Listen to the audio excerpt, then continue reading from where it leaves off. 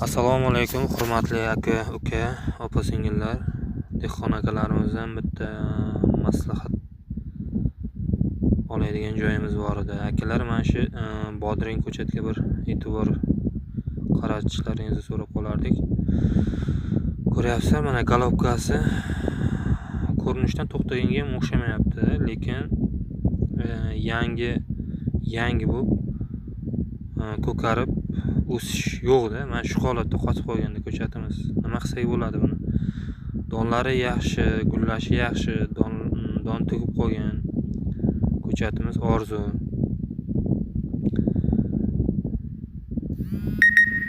Xo'sh, nima qilsak bo'ladi akalar? Mana shunga qanaqa dori bersak o'stirib olsak bo'ladi bo'yni? Haroratimiz kunduzi baland bo'lib ketyapti, 35-40 darajagacha ham chiqib ketyapti, kechqurun 12-10 bo'lyapti.